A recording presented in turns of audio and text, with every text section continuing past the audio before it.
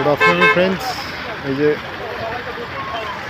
কালকে বিশ্বকর্মা পুজো, দেখুন বিশ্বকর্মা ঠাকুর প্রতিমা কতগুলো বানিয়ে রেখেছে বিক্রি করার জন্য।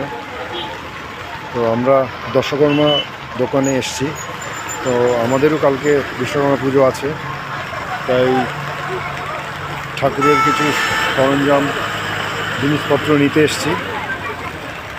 কালকে আমার দোকানে পুজো হবে, কিন্তু বৃষ্টি দেখুন, বৃষ্টিতে প্রায় ভিজে গেছি। তো এখান থেকে কী করে যাব সেটাই ভাবছি আর কি। বাইক নিয়ে এসছি, কিন্তু এখন আর যাওয়া হবে না, বৃষ্টিটা কমবে তারপরে।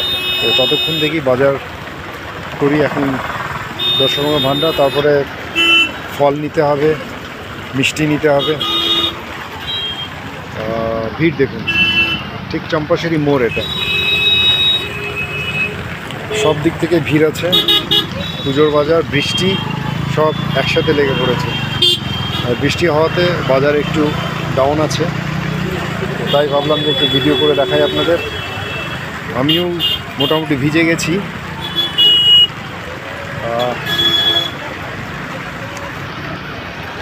এই দেখুন দৃশ্য, বেরোতেই বৃষ্টি, জোরে বৃষ্টি।